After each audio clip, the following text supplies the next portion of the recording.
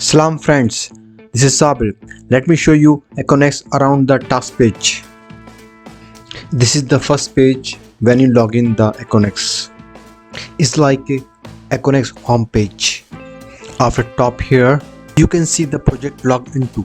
If you have more than one project, you can switch between here or here. This area mailbox showing outstanding document and overdue documents. And this area particular show incoming all emails. Even though all document you have to review it. Up here you can see the project logger. Just click here and you can see the project owner and all information regarding the projects. Just click here and go to the task.